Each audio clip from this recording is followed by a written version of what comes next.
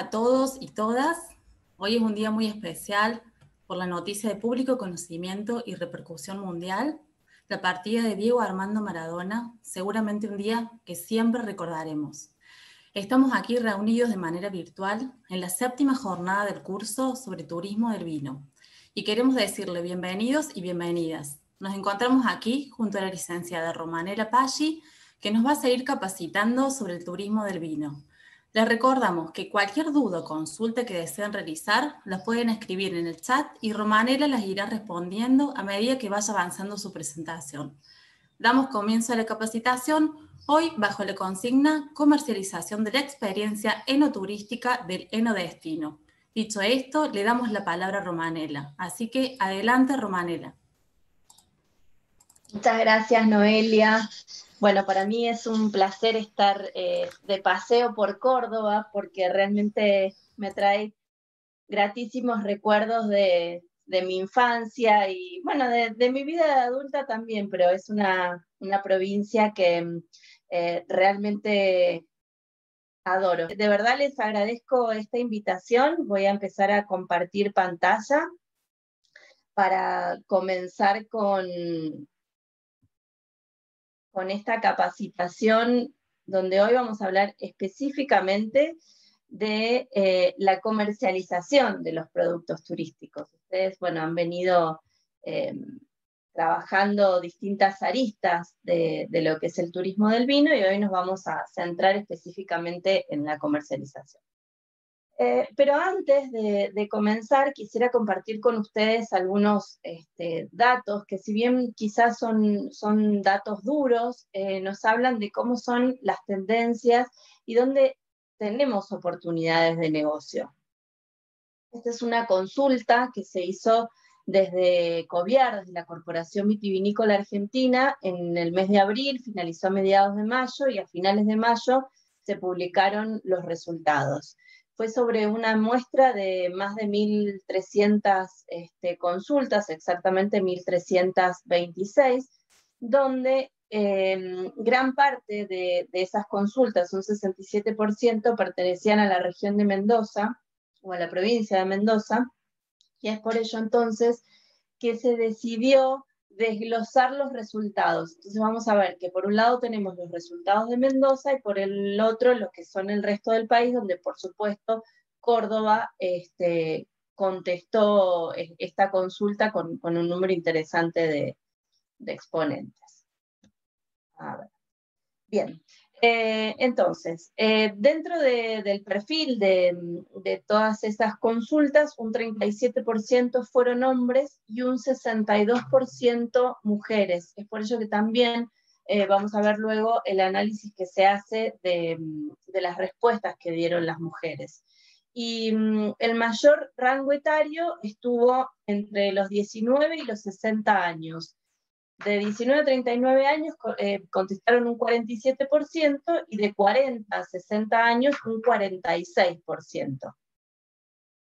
Cuando se les hizo la pregunta si visitarían bodegas luego de la pandemia, el 79% respondió que sí lo harían. Y de ese porcentaje, el 72% contestó que visitaría bodegas en grupos de amigos y el 56% en pareja. Estos resultados fueron prácticamente similares en cuanto a los porcentajes, si hablamos del resto del país y de Mendoza. Y acá el dato interesante, el 80% manifestó movilizarse o tener intenciones de movilizarse en vehículo propio.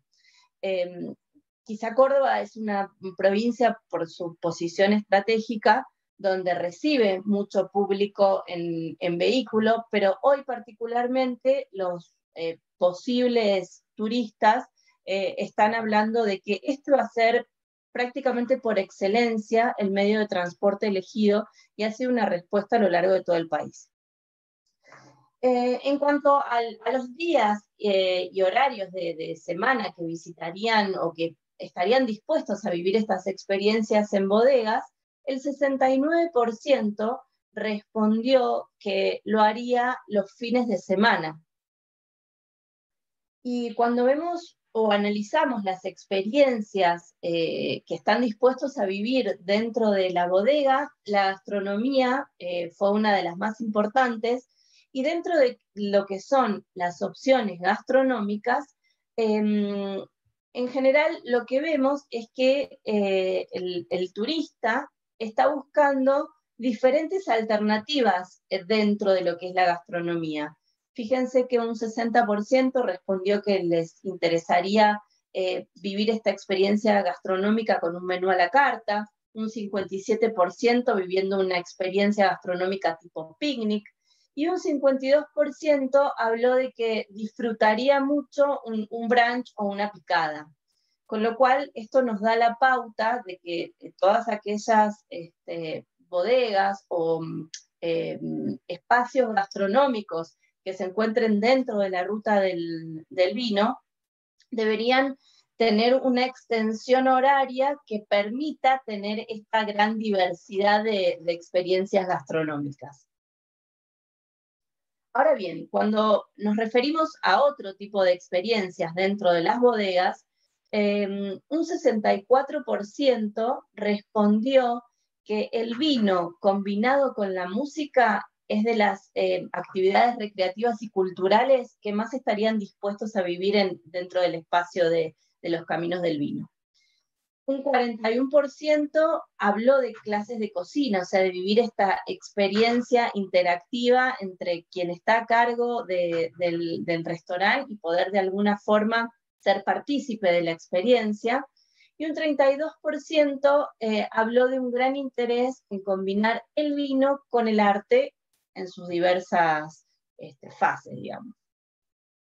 Entonces aquí vamos a ver el análisis específico que se hizo sobre las respuestas que dieron las mujeres. Como hablamos anteriormente, el 67% de las consultas fueron respondidas por mujeres. De ese porcentaje, el 94% nos comentó que había visitado bodegas antes de la pandemia.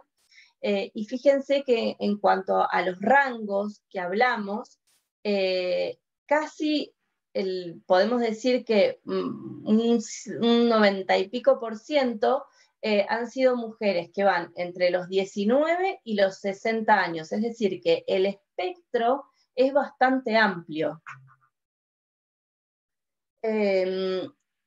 Un 51% dentro de toda esa muestra de respuestas de mujeres dice que visitó bodegas en el marco de una actividad turística. Y se sigue manteniendo estas ganas de volver a visitar las bodegas post pandemia, porque nos está hablando de que un 79% elegiría volver a vivir esta experiencia.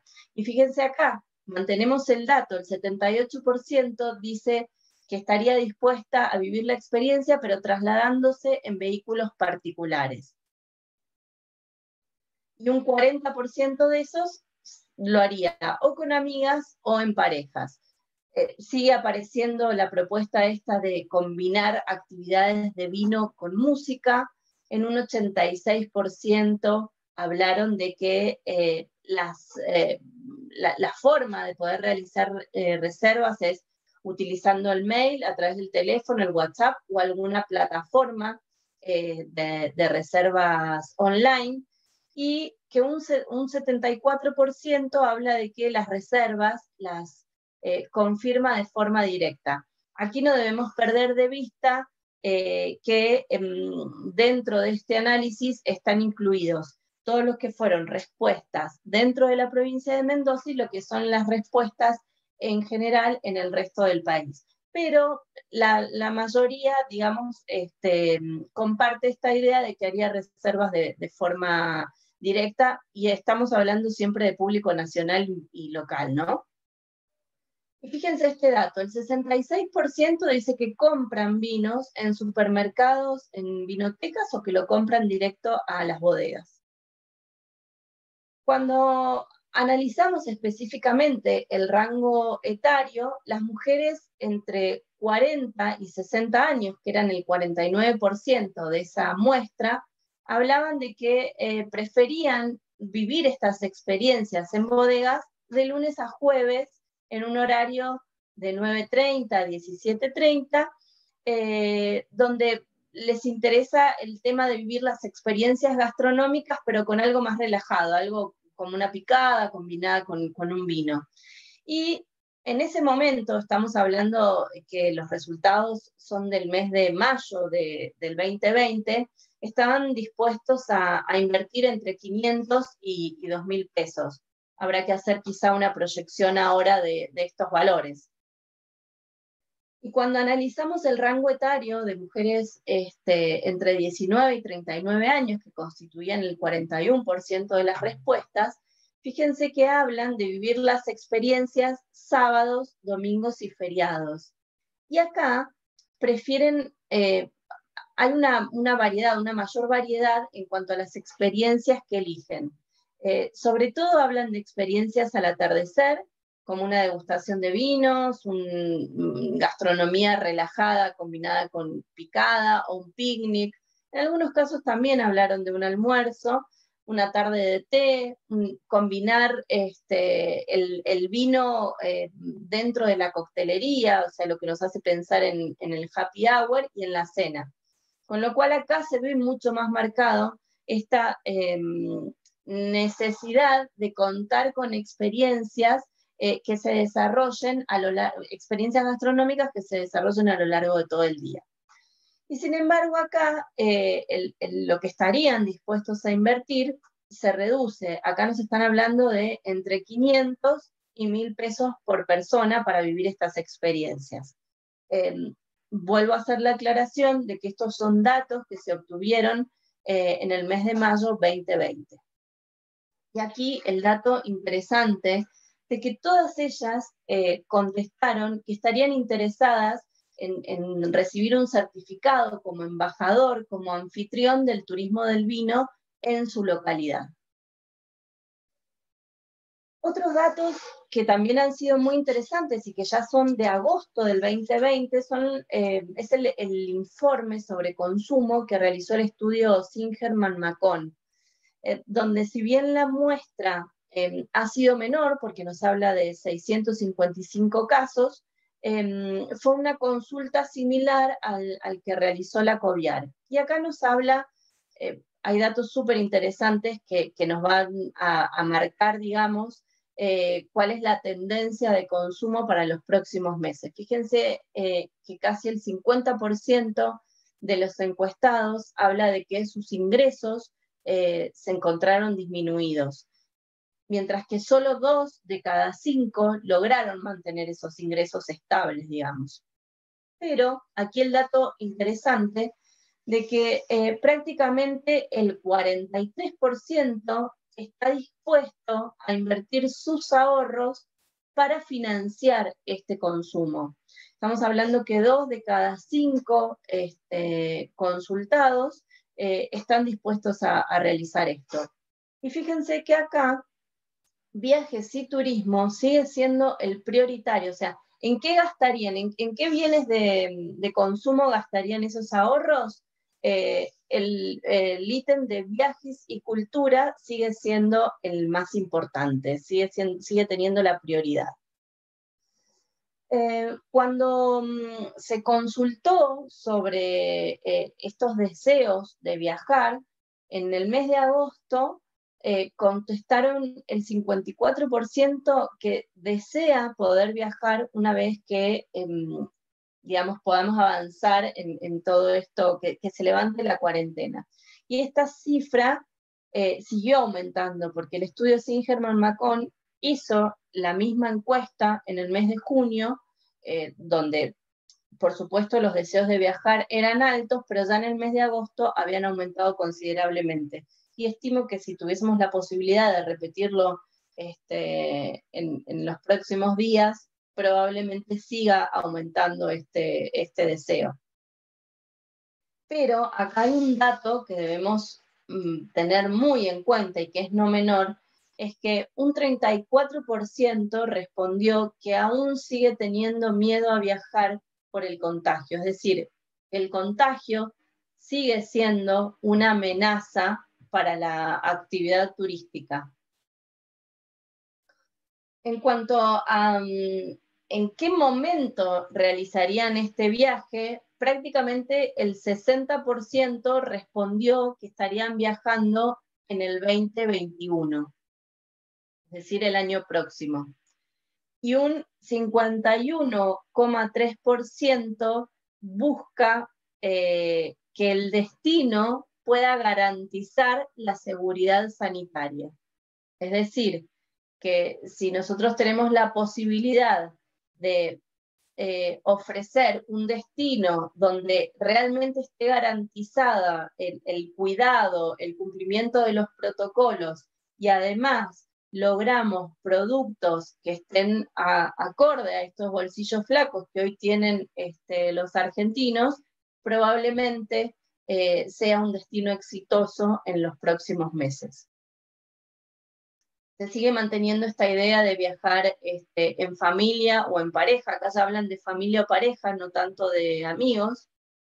Y acá el dato de moverse en vehículo propio sigue siendo el más importante, pero ya acá tenemos un aumento en lo que es el avión como medio de transporte. Fíjense que un 35% manifestó que elegiría movilizarse en avión. Prácticamente el 67% de todos estos encuestados hoy deciden viajar por vacaciones, o sea, por ocio. El ocio es el principal motivo de viaje, en detrimento de los negocios, que fíjense, hoy pasan a ser de solamente el 5%. Ahí están incluidos todo lo que consideramos viajes corporativos. Y en cuanto a las expectativas de viaje dentro de las fronteras del país, más del 75% respondió que viajaría dentro de Argentina en viajes de cercanía, corta, mediana y larga distancia, interpretándose larga distancia más de 1000 kilómetros. Es decir, que 3 de cada 4 encuestados están planeando viajar dentro de la Argentina. Entonces, con todo esto podemos decir que tenemos datos interesantes para poder gestionar toda esta oferta turística. Y aquí lo interesante del turismo. El turismo es motivador de todos estos cambios sociales. Primero porque nos va a dar la posibilidad de un aumento en el empleo. Fíjense que en la mayoría de las crisis, el turismo ha sido una de las industrias a través de las cuales se ha logrado salir adelante. Pasó en Argentina después de la crisis del 2001, pasó en España después de su crisis, y pasó en muchísimos lugares del mundo. Y hoy por hoy creemos que el turismo va a ser la industria que nos ayude de alguna forma a volver a levantarnos. Y esto, o sea, lo está manifestando la Organización Mundial del Turismo, lo está manifestando nuestro país con las políticas turísticas que se han ido comunicando, y muchas provincias que también lo están apoyando. Nos permite la diversificación de la estructura social, es decir, nos permite modificar esta matriz productiva.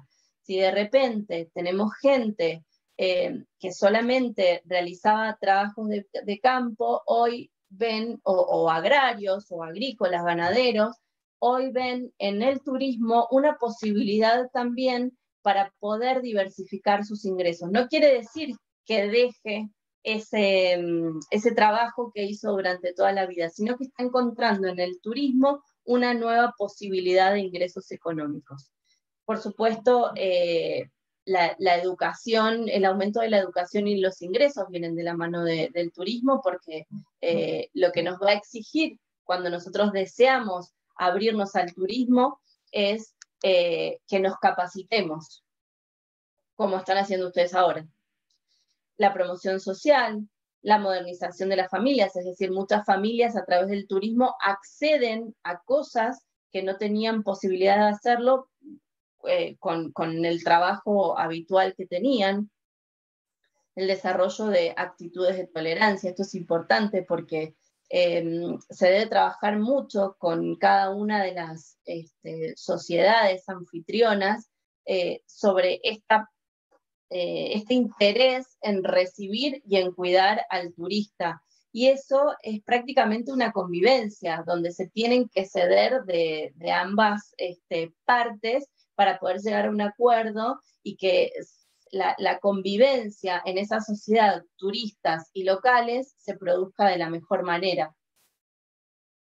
Por supuesto, amplía los horizontes de pensamiento, el desarrollo de la cultura y la puesta en valor de la cultura regional, que es lo que hoy está buscando la gente, o sea, vivir nuevas experiencias, que yo vaya a Córdoba y poder vivir como vive el cordobés, compartir esos quesos, compartir sus vinos, compartir esa familiaridad que ustedes ofrecen. Por supuesto, no hay que perder de lado todo lo que es la protección del medio ambiente y la protección de todos aquellos elementos culturales. A través del turismo se puede trabajar en todo esto y se debe trabajar en todo esto, porque justamente lo que estamos haciendo es poner en valor todos estos elementos naturales y culturales. Bueno, los cambios de horario. Aquí es un ejemplo clave en la provincia de Mendoza y muchas provincias del norte argentino. La siesta para los argentinos siempre ha sido sagrada, pero por ejemplo, en la provincia de Mendoza, a raíz de recibir tanta cantidad de turistas, se produjo un cambio en estos horarios. Hace unos 15 o 20 años atrás, ustedes caminaban por la peatonal en la ciudad de Mendoza y a las 12:30, 1 del mediodía, no encontraban absolutamente nada abierto. Y todo el mundo volvía a su ritmo a partir de las 5 de la tarde. Con este auge del turismo en la provincia, bueno, los bares, restaurantes comenzaron a abrir, muchos negocios decidieron no cerrar sus puertas en la hora de la siesta, con lo cual produjo todo un cambio cultural en ese sentido. ¿Dudas hasta aquí o algún aporte que quieran hacer o algo que nos quieran comentar? Parece que está todo muy claro, Roma, porque no hay preguntas, así que podemos continuar. Buenísimo. Espero entonces que esté claro y no sea que se me están durmiendo. A ver, voy a aprovechar a consultarles. ¿De qué? Vayan poniéndolo en el chat, pero ¿de qué rubros son dentro de lo que es el enoturismo? ¿Son de bodegas? ¿Tienen algún emprendimiento, alojamiento, empresas de viaje? A ver. Acá nos comenta Vinotecas. Bárbara, Vinoteca. Bien. Sommelier, bodegas, bien. Comunicador, bien. Bueno, fantástico. Bueno, entonces vamos a continuar y vamos a entrar de lleno en lo que son las rutas del vino como estrategia de posicionamiento. Y acá les voy a compartir, las grandes capitales del vino son una red internacional que nuclea al Nuevo Mundo y al Viejo Mundo. Hoy está conformado por 11 países miembros. En realidad no son países, sino que son ciudades. Esas ciudades son de alguna forma elegidas por esta red, se tienen que cumplir una serie de requisitos y a partir de allí ingresan a esta red, que tiene como principal objetivo, bueno, por un lado, poner en valor los destinos enoturísticos, pero también trabajan mucho sobre todo lo que es el intercambio de experiencias entre los miembros me refiero a becas y demás educativas, entre los miembros de las diferentes ciudades, y por supuesto también todo lo que es el compartir y el conocimiento de diferentes técnicas de elaboración y todo lo que es el benchmarking en cada una de estas ciudades. Argentina forma parte de esta red desde el año 2005 y está representada a través de Mendoza. Desde que Argentina ingresa a la red de las grandes capitales, lo que hizo fue abrirnos a todo el país y al mundo del vino la posibilidad de estar presentes en las vidrieras internacionales. ¿Por qué o cuáles han sido los fundamentos a través de los cuales Mendoza ingresa a esta red? Primero porque la consideran la puerta de ingreso por el oeste hacia el país. Consideró la red que es una provincia donde tiene una gran historia vitivinícola, que data desde el año 1890, por la diversidad de paisajes y actividades que ofrece en torno a todo lo que es el turismo del vino o el enoturismo. Tiene como ícono nacional e internacional al Cerro Aconcagua, lo cual hace que atraiga turistas de diferentes lugares del mundo. Si bien la Fiesta Nacional de la Vendimia se desarrolla en prácticamente los 17 o 18 destinos vitivinícolas que tenemos dentro de Argentina, en Mendoza se lleva a cabo la Fiesta Nacional de la Vendimia, es la cuarta ciudad de Argentina como sede de congresos, ferias y exposiciones, nuclea a más del 70% de la producción vitivinícola y por ende la mayor cantidad de bodegas abiertas al turismo se encuentran dentro de su territorio. Ofrece una gran oferta gastronómica. El sistema de irrigación es uno de los elementos diferenciadores del resto de las ciudades miembros de la red, incluso dentro de Argentina. Si bien el agua es vida para todos nosotros y para la mayoría de los oasis, y tenemos la posibilidad de tener esa agua pura de la cordillera de los Andes, el sistema como tal, legislado y demás, es prácticamente único en el país. Bueno, tiene una ubicación geográfica estratégica que también se la da el corredor bioceánico. Ha sido elegido dentro de las 10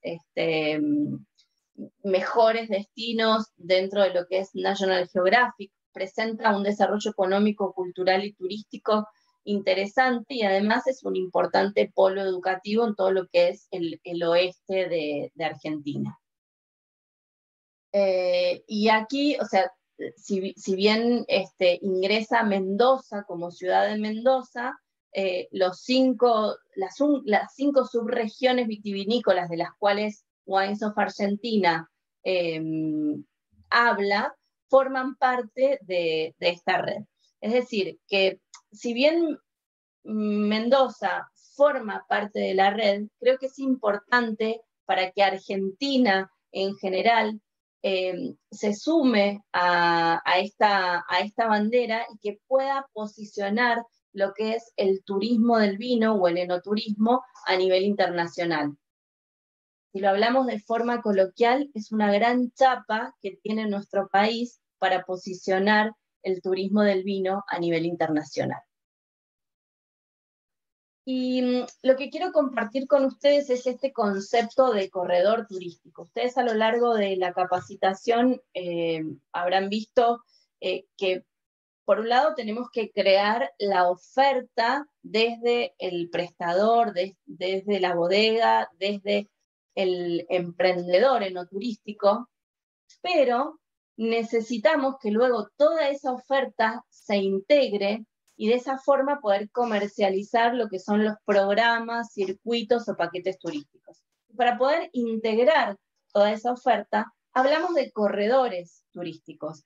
En general, estos corredores se desarrollan a lo largo de diferentes rutas troncales, pueden ser rutas nacionales o pueden ser rutas provinciales, y a partir de allí se van desprendiendo estos corredores que nuclean pequeños grupos dentro del clúster. Y cuando digo pequeños grupos, me refiero no solamente a la bodega, sino al restaurante, al alojamiento, al prestador que ofrece una experiencia determinada en torno a la naturaleza, a la aventura, al arte o a cualquier otra arista que hayan decidido desarrollar.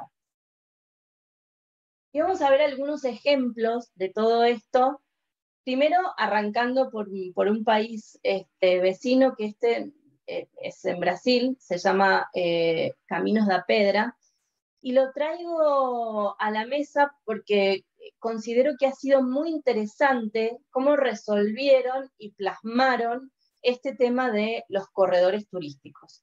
Aquí lo importante es que no vamos a hablar de la calidad de los vinos, porque la objeción que muchas veces nos hacían es, y Brasil no tiene calidad de vinos. No importa si tiene calidad de vinos o no. A ver, la vitivinicultura es nuestra industria madre, ¿sí? Y sobre eso, la industria del turismo monta y desarrolla las experiencias enoturísticas. Bueno, Brasil hizo exactamente eso. A lo largo de todo lo que es Caminhos da Pedra, encontramos diferentes prestadores que forman parte de este clúster o de este equipo de turismo del vino, de esta comunidad de turismo del vino. Cuando vamos a analizar quiénes son todos estos prestadores, nos encontramos que hay solamente 2 bodegas que forman parte de la ruta. En general son emprendimientos familiares, donde se rescata mucho la tradición, en algunos casos son 4ª o 5ª generación. No hablamos vinos de grandes producciones ni tecnificación en la elaboración del vino, en muchos casos es, por ejemplo en este caso de acá, es vino casero, pero además de eso, en la ruta, a lo largo de la ruta, que está toda señalizada con este tipo de carteles que unifican a la ruta, encontramos, por ejemplo, que es un molino yerbatero, donde es un molino yerbatero del año 1800, donde no solamente está en funcionamiento, sino que es un proyecto familiar, donde más de una vez van a llegar a visitarlo y va a estar la familia trabajando la tierra o moliendo, y ustedes ven en funcionamiento todo este proceso, además de aprender sobre la yerba mate y luego realizar una degustación. Hay varios establecimientos gastronómicos también a lo largo de esta ruta, donde en general hay una fuerte impronta de lo que es la cocina italiana. ¿Por qué? Porque esta ha sido una zona que ha sido poblada por italianos y al día de hoy mantienen muy arraigadas todas sus costumbres. Pero ¿qué les quiero decir con esto? Que no es necesario tener un corredor donde vayan a comer o a disfrutar de una experiencia gastronómica en una bodega. Todas estas opciones forman parte de ese corredor y no son bodegas, son restaurantes abiertos a cualquier turista, no solamente al amante del vino. También encontramos este lugar que ellos lo llaman Casa d'Ovelha, la casa de las ovejas, porque es un espacio donde tienen cría de ovejas, hacen demostraciones con los perros que tienen adiestrados para poder atraer el rebaño una vez que digamos, ya estuvieron pastando, volver a traerlos hacia el establo. Además, es un lugar donde es un lugar de souvenir, donde todos los productos se obtienen de la oveja. ya sean los quesos, los productos tejidos de la lana de la oveja, etcétera, etcétera. Incluso hasta hay una casa que se llama la Casa del Tomate. Como la tradición italiana está tan arraigada, ellos lo que hacen es dedicarse solamente al envasado de la salsa de tomate. Y uno puede ver, vivir esa experiencia, ver cómo cultivan los tomates, porque los tienen allí en su huerta, traerse un recuerdo de un dulce de tomate, de una salsa de tomate condimentada, y vivir cómo viven ellos toda esta cultura italiana que en muchos lugares de Argentina también está absolutamente arraigada. Incluso ustedes en Córdoba también, con la producción de dulces caseros y demás, lo vienen arrastrando de nuestros inmigrantes, de nuestros antepasados. En esta misma zona, esta es la zona de Bento González. Más o menos por aquí es donde vimos el circuito que les acabo de mostrar. Nos venimos hacia el sur, hay otra zona muy cerquita, que ellos lo llaman Estrada do Sabor y Ruta do Espumante. Esta Estrada do Sabor lo que hace es concentrar diferentes proyectos y emprendimientos en torno a la gastronomía. Pero lo que se vive en esta zona es esto, es el paisaje, es la ruralidad, es la cultura anfitriona.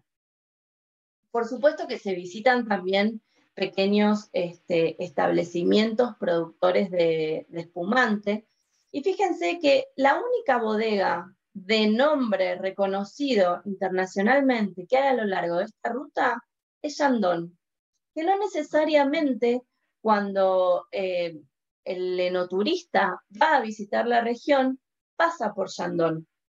Muchas veces prefiere vivir las experiencias con estos pequeños productores. ¿Es importante una marca que traccione? Por supuesto que sí, justamente por eso, porque es un nombre llamador, pero alrededor del cual se desarrollan el resto de los circuitos. Esto que ven aquí sigue siendo dentro de la región, por lo tanto la cultura italiana es muy fuerte, y en esta zona en particular los coros son muy importantes. Entonces, en muchos de los restaurantes, cuando uno va a vivir la experiencia, los recibe el coro local. Y es un recuerdo que uno se puede llevar de uno de los espacios donde la gastronomía fundamentalmente está enfocada en las comidas, en las masas, en las pastas y en todo lo que son los amasados de las roscas y demás. Y por eso esta gallinita como recuerdo. Además, ese espacio ofrece un paseo por la granja, se pueden conocer, por supuesto, los viñedos, y es toda una experiencia al aire libre, ideal incluso para vivir en familia. Volvemos a lo mismo, esto es Bento González, lo que acabamos de ver es esta zona de aquí, el Caminos da Pedra está por aquí, y el único valle realmente vitivinícola 100%, donde uno lo que va es a respirar vino, es el Valle dos Viñedos. ¿Qué es este? Ellos consideran que el Valle dos Viñedos es la Toscana brasilera. Esto que está acá, es la fotografía esta es una de las bodegas más grandes y más importantes que hay en la región, y está tomado desde el Hotel do Vinho, o sea, es un hotel temático donde se respira vino en todas las áreas, y se obtienen estas vistas panorámicas. Y esta foto que está aquí, de este tonel, es el ingreso a la ciudad de Bento González. Y también se los quiero compartir porque uno de los puntos fundamentales cuando se están desarrollando estos corredores turísticos es la tematización de los espacios de la región y de las ciudades anfitrionas. Bento González no tiene vinos, pero sí es una ciudad que ya de entrada está tematizada. Para poder ingresar a la ciudad, yo tengo que atravesar este tonel. Y cuando llego a la ciudad, por ejemplo, la iglesia no tiene forma de iglesia tradicional, sino que tiene forma de tonel. Es decir, es una ciudad donde se respira el vino en cualquier espacio. Puedo degustar un vino por copa, puedo ir a bares temáticos de vinos. ¿Dudas hasta aquí? ¿O algo que quieran compartir? Está todo muy claro, Romanela, así que por Bueno, favor podemos fantástico. continuar. ¿Cómo venimos con el tiempo? Bien. Bueno, y aquí sí un caso de estudio que les quiero compartir, donde ya estamos en nuestro país y es específicamente el Valle de Uco en la provincia de Mendoza. Fíjense, esta es la Ruta 40, esta ruta que une Argentina de norte a sur. Para llegar al Valle de Uco, una de las opciones es tomar esta Ruta 40, pero después se van desprendiendo diferentes corredores que me van a llevar a vivir la experiencia dentro del valle en sí. Y a lo largo de cada uno de esos corredores puedo vivir diferentes opciones. Por ejemplo, el primero, que es uno de los más conocidos, porque es el Camino de los Cerrillos y es el que nos permite tener una vista panorámica de todo el valle. Se cruza un pequeño cordón montañoso y luego se obtiene toda esta vista que ustedes ven acá. Y esta es la primera bodega que nos recibe, que es la bodega Tamisque, que tiene una gran arquitectura y que ha sido construida con materiales de la región, pero con un diseño que de alguna forma hace la lectura de las montañas que tiene detrás. Allí la bodega es todo un complejo donde hay canchas de golf, donde hay un restaurante, y ese restaurante se enfoca en la gastronomía de la trucha. ¿Por qué? Porque dentro del mismo predio, que se puede recorrer en bicicleta, donde hay frutales añejos, se puede recorrer a caballo, caminando, por supuesto, en un vehículo, se llega a una estación de piscicultura, que es la que abastece al restaurante.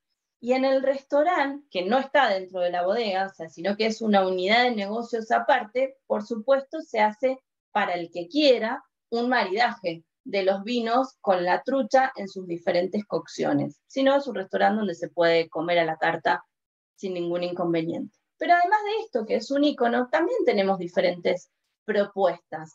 Por ejemplo, Mirador de Estrellas es un proyecto familiar donde ellos han elaborado su propio vino. El lugar es muy pequeñito, no se visita la bodega, sino que solamente se degustan los vinos, y es una experiencia donde se vive la gastronomía, porque ellos mismos cocinan y son los anfitriones, en mesas que están montadas en los viñedos, y por supuesto sí maridado con sus vinos. Y tienen propuestas que van desde una picada hasta una tarde de té. Es decir, que es un espacio que uno lo puede visitar en familia, con amigos, en pareja, a lo largo de todo el día. Aquí, a la derecha, tenemos la opción de Michelini Wines, que si bien es una bodega muy, muy pequeña, donde el foco está puesto en su sala de degustación y un food truck que han puesto en los jardines. Pero nace más que nada por su importancia de la sala de degustación, donde todos los vinos que ellos elaboran, no solamente de la familia Michelini, sino de un montón de amigos que a lo mejor lo elaboran ahí, están puestos en valor en esa sala de degustación, con algo muy identificador de ellos, que son cepas poco conocidas, y de alguna forma los experimentos que ellos hacen, porque la verdad que los Michelini son absolutamente innovadores, no solo con el estilo de vinos, sino con las cepas que eligen. Otro corredor que podemos utilizar para ingresar al Valle de Uco también, por supuesto, se desprende de la Ruta 40, y a lo largo de este corredor encontramos una bodega con una gran impronta italiana, donde se elabora con el método del apacimento, pero después también podemos visitar una fábrica de cuchillos, que es una fábrica familiar, son los cuchillos KDS, que hoy están presentes en muchos restaurantes de Argentina, bueno, y sobre todo en Mendoza, porque son locales, digamos. Otro de los corredores comunica lo que es la ruta del agua en Mendoza. Ya no se desprende de la ruta 40 a la altura del valle, sino que se desprende desde la ciudad de Mendoza, entonces se puede hacer todo un recorrido a lo largo del río Mendoza, al pie de la cordillera de los Andes, y desembocar en esta zona, que es la zona de Gualtallarí, que hoy es una indicación geográfica, y este es un proyecto también de una familia local que se llama Huentala Wines, donde también tiene un restaurante. Aquí está, a lo largo de este corredor, la bodega Domaine Bousquet, con sus vinos orgánicos y ese paisaje maravilloso, la bodega Andeluna, que ha sido pionera en el desarrollo de la gastronomía y sobre todo lo que es la gastronomía abierta, con esta posibilidad de integrarse y de que el turista comparta con el chef la experiencia y sus secretos. Esto fue una tarde de fondue, esto es un programa que lanzaron en situación de pandemia para el público local, donde la idea era ir a disfrutar un atardecer en la bodega, combinando sus vinos con el chocolate. Un ejemplo del menú, la bodega se ha posicionado por el menú degustación, maridado con todas sus líneas de vinos, pero también en esta situación ha sabido adaptar su oferta con menúes que por ahí son más buscados por el local. Entonces, a lo mejor no un menú de 6 o 7 pasos, sino un menú con entrada principal y postre, o con principal y postre, donde va a combinarlo con una copa de vino, con 2 copas de vino, pero que sea algo mucho más flexible, no solamente para los bolsillos flacos que hoy tenemos los argentinos, sino para adaptarse a esto que vimos al comienzo de la charla, de lo que estaba buscando el público local y nacional. El programa Atardecer es un programa histórico que tiene la bodega todos los primeros de enero. Es una de las, me atrevo a decir, prácticamente la única bodega que tiene una propuesta el 1 de enero. Es decir, que en un destino que uno considera enoturístico, fíjense que donde se concentran la mayor cantidad de bodegas del país, solamente encontramos una que está ofreciendo una propuesta el 1 de enero. Aquí también han puesto en valor todo lo que es la coctelería en torno al vino, que era otro de los, de los puntos que surgieron desde la consulta que hizo Coviar. Pero también a lo largo de esta ruta hay otras opciones, emprendimientos familiares, más rústicos, donde ya la arquitectura por ahí no es tan preponderante, y un ejemplo de ellos es Bodega al Azul, muy adaptada a la familia y a la comida de campo, o esta que tenemos acá, que es Tupungato Divino, que es un pequeño restaurante, donde también tiene algunas cabañas. Después, bueno, por supuesto, bodegas de renombre como es Ofenia o Casa Petrini, donde también está un conjunto de alojamiento, restaurante y bodega para distintos niveles. La bodega Salentine, que es un ícono dentro de lo que es la vitivinicultura argentina, pero más allá de la bodega en sí y de todo este conjunto arquitectónico que ofrece, porque tiene posada, tiene la capilla, tiene un espacio de arte que se denomina Quilca y tiene la bodega. Esta foto la traje a propósito porque ellos todos los 9 de julio desarrollan un producto donde invitan a la banda de Talcahuano, que es esta banda que vemos aquí, y se hace una relación muy fuerte con el General San Martín. Y la traigo a la mesa, ¿por qué? Porque yo creo que hay muchos destinos vitivinícolas que tienen fechas importantes con un gran desarrollo histórico, donde tranquilamente podrían desarrollar productos que tengan relación con sus próceres e invitar al público local, al público nacional y, por qué no, al internacional a vivir esta experiencia. Y los operadores de turismo luego tomarse de esas experiencias para también generar productos en torno a esta fecha que ya está establecida dentro del calendario. Otro de los corredores es el que nos une Chacalles, que también es una IG, con el Manzano Histórico, donde la bodega Bianchi, que si bien es del sur de la provincia, ha decidido invertir en Valle de Uco. Aquí tenemos un hotel de características internacionales, como es The Vines Resort, donde Francis Mallmann ha instalado su restaurante Siete Fuegos. Delante de todo ese proyecto está la Villa de Bodegas, donde hoy ya hay 5 bodegas que forman parte de este proyecto, entonces uno puede visitar las 5, 2, 3, en algunas se ofrecen picadas, en otras se ofrecen picnic, en otras se ofrecen almuerzos, y generar, o sea, es un polo de desarrollo del enoturismo. Casa de Uco, que también está en la zona, y es un hotel, pero también ofrece la posibilidad de vivir experiencias dentro de los viñedos o en su bodega para aquellas personas que no estén alojadas. Y hoy en Córdoba tienen muchos espacios con alojamiento, en estancias, que tranquilamente se podrían adaptar para desarrollar este tipo de propuestas.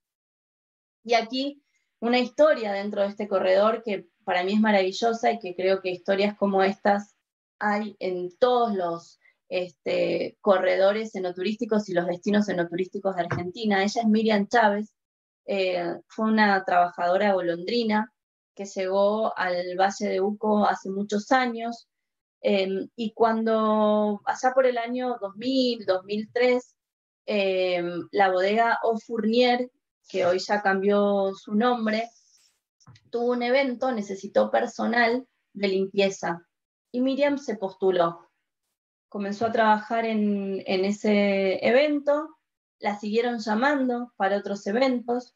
Un día en la cocina faltó personal, su chef necesitaba una mano amiga, y la llamaron a Miriam para que colaborara. A partir de allí, Miriam se convirtió en la mano derecha de la chef, que en ese momento era Nadia Arón. Llevó su gastronomía incluso hasta el embajador de Estados Unidos, y en un momento donde la bodega y la vitivinicultura comenzó a flaquear desde el punto de vista económico, Miriam decidió emprender su propio proyecto, su proyecto familiar. Hoy Miriam tiene su restó que se llama Atipana, también dentro de este corredor, donde por supuesto ella es la cocinera, su hija es quien hace todo el servicio, y de alguna forma cumple la función de un sommelier, y dan el espacio dentro de su restaurante para todos aquellos pequeños proyectos de productores locales o de vinos de autor. Y el padre de Miriam es quien se encarga de llevar adelante todo lo que es la huerta orgánica que provee de materia prima para el restaurante. Entonces creo que en Córdoba tranquilamente podemos rescatar muchas más Miriam Chávez. Otro de los corredores es el que une Tunuyán, que es uno de los departamentos cabecera, con Vistaflores y Clos de los Siete. Esta foto que ven acá es del restaurante, se llama La Posada del Jamón. Antes de que Argentina se empezara a posicionar en el mundo del vino, y sobre todo Mendoza, prácticamente la única propuesta gastronómica que había en la zona era la Posada del Jamón. Y de hecho los mendocinos se hacían 100, 120 kilómetros para ir a almorzar a la Posada del Jamón. Hoy, por supuesto, sigue existiendo, forma parte de los caminos del vino e incluso hasta tiene una propuesta de alojamiento. Y dentro de esa ruta también está Clos de los Siete, que es el proyecto de Michel Roland en Argentina.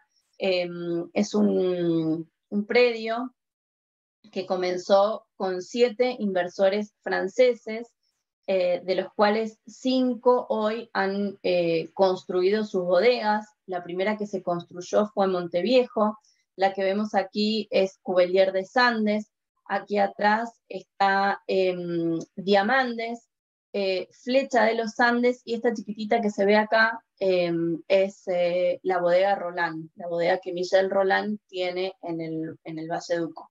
Cada una ofreciendo diferentes propuestas desde el punto de vista de las actividades enoturísticas y enogastronómicas. No todos los restaurantes, las bodegas ofrecen restaurantes.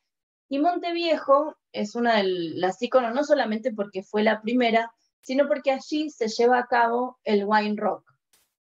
Marcelo Pelleriti, que es su enólogo, logró unir sus dos pasiones, la música, por el rock sobre todo, él tiene una banda de rock, y el vino. Entonces, desde hace 10 años, y ya está dentro del calendario de eventos, todos los meses de abril, y en algunas épocas ha sido principios de mayo, se lleva a cabo el Wine Rock, donde intervienen figuras nacionales del rock argentino, se disfruta todo un día al aire libre, se disfrutan de los vinos y hay diferentes propuestas gastronómicas. Este tipo de actividades seguramente también se pueden replicar en circuitos turísticos de Córdoba. El paraje Altamira, el corredor que nos lleva desde la consulta hasta el paraje Altamira, es otra de las indicaciones geográficas, y aquí es donde está la bodega Zucardi, que ha sido ganadora por segundo año consecutivo como mejor bodega del mundo, interesantísima desde el punto de vista de la arquitectura y también la propuesta gastronómica. Pero en la misma zona está el Cundo, que fue la primer sala de degustación que abrió sus puertas en una finca. Es un proyecto familiar donde aquí se pueden degustar también vinos de toda la zona y vinos de autor. Y no es una bodega. Y por último, tenemos el corredor que une Tupungato, Villaseca, Vistaflores, o sea, es todo lo que une el corredor productivo con Campo Los Andes y Eugenio Bustos. A lo largo de este corredor, por ejemplo, tenemos lo que se denomina Huayquerías, parte del desierto de Huayquerías, un espacio donde se vive la naturaleza de lleno, un paisaje absolutamente diferente al que veníamos observando a lo largo de las fotografías, donde se puede realizar trekking, mountain bike, incluso cabalgatas, y también combinarlo, ¿por qué no?, con bodegas, como por ejemplo este proyecto de Wine and Circo, donde hay muchas actividades de aventura que también se realizan dentro de la finca, o también lo que es la propuesta de vinos orgánicos de Ernesto Catena. Y por último, el corredor que une la Ruta 40 con Eugenio Bustos y el Cepillo, con este paisaje característico, que nos lleva a lo que es Finca La Celia y la bodega Alfa Crux, que fue la ex bodega Au Fournier. Aquí es donde comenzó su historia Miriam Chávez. Pero el Valle Duco no es solamente bodegas. Por supuesto que tenemos que estar agradecidos, sobre todo como argentinos, de que el Valle de Uco haya sido un valle que nos posicionó también internacionalmente, porque hoy se habla del turismo del vino en Argentina, gracias a estos íconos, pero Argentina no es solamente Valle de Uco, hay un montón de otras propuestas, de otros corredores que incluso se están desarrollando a lo largo del país. Caminos de Altamira es un ejemplo de esto dentro del Valle de Uco. Han sido varias voluntades, varios emprendedores y varias familias que se unieron para desarrollar este circuito, donde la excusa siempre era vivir una experiencia en el campo, pero en realidad lo que los turistas buscaban era estar en contacto con su gente, vivir lo que vive su gente en el día a día. Y aquí dentro de Caminos de Altamira, por ejemplo, tenemos la Gertrudis, que es una casa de campo que abrió al turismo. Se pueden realizar paseos en sulky, uniendo a los distintos prestadores que están involucrados. Dependiendo la época del año en la que se vaya, se pueden cosechar ciruelas, cerezas, duraznos, manzanas. Hay fincas de productores de frutos de carozo. Y por ejemplo, un día comienza en este lugar donde la familia los recibe, les enseña a amasar las famosas tortas fritas, disfrutan de un desayuno y luego continúan hacia otro lugar. Lo único que vemos de vino en este espacio son los viñedos que ven acá atrás. Pero la experiencia que se llevan de esta historia familiar realmente vale mucho más que si está o no presente el vino. Aquí tenemos otra familia que los lleva a recorrer los distintos emprendimientos en su sulky. Por supuesto también lo pueden hacer en vehículo, lo pueden hacer en bicicleta, pero digamos que aquí se ha puesto en valor la cultura, esto que hablábamos hace un rato. La única bodega que hay es este proyecto de los hermanos Sapón, que fueron unos italianos que llegaron a Mendoza, donde siguen haciendo vino casero, pero no tenemos las megas estructuras de bodegas ni los grandes proyectos arquitectónicos como los que veníamos viendo hasta recién. Y por último, podemos terminar en el bar Los Abuelos, que es el bar del pueblo, ese bar que sigue estando como el primer día, donde se pueden degustar estas comidas típicas argentinas, como es la milanesa a caballo, o comer un sándwich de jamón crudo en pan casero con aceite de oliva. Y todo esto no tiene nada que ver con lo que veníamos viendo del Valle de Uco enoturístico. Entonces, ¿por qué les traigo esto? ¿Y qué es lo que quiero rescatar de aquí? Que para poder desarrollar un corredor de turismo del vino, no necesariamente tengo que tener bodegas. Sí tengo que tener presente el vino. Siempre el vino va a estar presente, porque es un corredor enoturístico. Pero ustedes, a lo largo de todas las regiones que hay dentro de Córdoba, y con toda esa cultura absolutamente arraigada que tienen, pueden desarrollar corredores enoturísticos tematizados con el vino, por supuesto con los vinos de la región, pero no necesariamente tiene que estar la bodega presente. ¿Dudas hasta aquí? ¿Algo que quieran comentar o aportar? Parece que está todo muy claro, Romanela. No, te dicen, la verdad, hermosos lugares, qué buena info para ir a visitar ahora, muy interesante toda la info, Romanela, gracias. Así que bueno, están todos Bueno, atentos. fantástico. Por lo menos no se están durmiendo, me quedo tranquila entonces. No, acá estamos.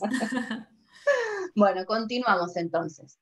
Bien, entonces, más allá de todo esto que vimos de cómo desarrollar el circuito turístico, un destino enoturístico debe cumplir ciertas características que nos permitan poder crear estos corredores o estos circuitos. Entonces, ¿qué es lo que debe tener el destino para considerarse no turístico? Primero, tengo que tener accesibilidad o conectividad, o sea, tengo que poder llegar o por buenas rutas nacionales o provinciales, o porque tengo buena conectividad aérea, que ustedes la tienen, porque Córdoba es uno de los hubs más importantes desde el punto de vista aéreo, o sea, el aeropuerto de ustedes no solo es un aeropuerto internacional, sino que nos permite conectarnos con diferentes puntos estratégicos a nivel internacional. Por supuesto, también tienen muchísimas conexiones dentro de Argentina, independientemente de lo que pueda pasar ahora post pandemia, las conectividades siempre estuvieron. El tema es tener buenas rutas de acceso, que yo para llegar al lugar no deje mi vehículo en un pozo que hay en la calle, o si quiero recibir grupos con vehículos de deporte, como un bus o un minibús, vehículos de doble eje, me dé el ancho de los caminos, me dé el radio de giro para poder arribar con esos vehículos y no tenga que dejar a los pasajeros a 5 kilómetros porque no tengo forma de llegar. Y si es así, habrá que ver de qué forma, como por ejemplo en los caminos de Altamira, se combinó y se puso en valor el sulky como algo atractivo y como algo divertido para que la gente pueda llegar. No es el caso de que no haya buenos caminos en caminos de Altamira. Lo que quiero decir es que a lo mejor si el ingreso que tengo a mi región o a mi espacio no me permite este gran porte, bueno, habrá que ser creativos y ponerse a trabajar para ver qué otras opciones puedo ofrecer y que la gente llegue igual a mi lugar. Por supuesto que si los caminos no están en condiciones, porque no hay mantenimiento de la ruta y demás, es poco probable que arriben o mi segmento se va a reducir cada vez más, y por otro lado, si esos caminos no tienen la limpieza que deberían tener, también va a ser otro condicionante. ¿Qué otra cosa necesito? Necesito una oferta gastronómica. La gente va al lugar y tiene que tener un espacio donde poder almorzar o donde poder disfrutar de estas diferentes propuestas que hablábamos, que son las que están pidiendo. Un tentempié, un té a la tarde, una cena, ¿por qué no? Y yo estoy convencida, por lo que conozco de Córdoba y por lo que he vivido durante toda mi infancia, incluso de grande, que ustedes tienen muchísimas posibilidades de poder incorporar esta oferta gastronómica dentro de los circuitos. La comunidad receptora y el recurso humano capacitado. La comunidad receptora, esto es fundamental, esto lo hablamos hace poquito. Si yo tengo el pueblo, digamos, que va a ser el primer lugar donde el turista llegue antes de pasar por la bodega, que no está convencido de que el turismo es beneficioso para su economía, para su crecimiento, y va a ver al turista, esa especie en extinción hoy, que esperemos no sea por mucho tiempo, lo va a ver como una amenaza. Ahí estamos en un problema. Entonces habrá que hacer todo un trabajo de sensibilización con la comunidad local para que realmente vea la ventaja de recibir al turista y no se sienta invadido. Esa intolerancia de la que hablábamos hace un ratito es parte de trabajar con la comunidad receptora. ¿Por qué? Porque el turista no va a ir solamente a la bodega o al restaurante o al hotel. El turista está descompuesto y necesitó ir a la farmacia, va a ir al kiosco, va a comprar productos regionales, pinchó una cubierta y la va a tener que cambiar. Entonces, por eso es importante trabajar con la comunidad receptora. Y por otro lado, que el recurso humano esté capacitado. Un ejemplo. Yo decido que mi destino va a promocionarse en mercados de habla inglesa. Pues bien, mínimamente, quien reciba al turista en la bodega, quien esté en el front del hotel, en el mostrador del hotel, quien reciba al turista en el hotel, y alguien en el restaurante o una carta, tiene que estar escrita en su idioma. O sea, esa gente necesita poder comunicarse. Y además de eso, la capacitación en el servicio, en cómo convertirnos en buenos anfitriones, en cómo interpretar la cadena de comercialización, qué cosas puedo hacer y qué cosas no puedo hacer. Todo eso hay que trabajarlo con la comunidad. Por supuesto, también necesito tener una oferta de alojamiento.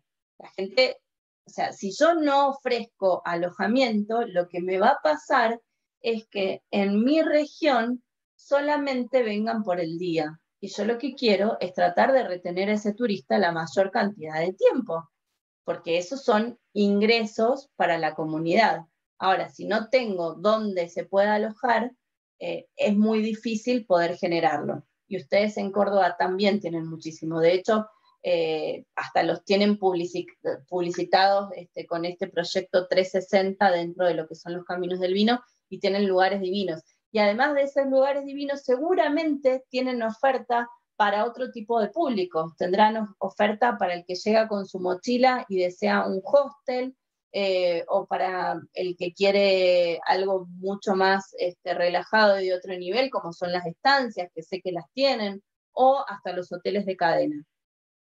Cuanto más oferta yo tengo, más posibilidades de que el público me elija, o más público me elija, o sea, que puedo ampliar la torta.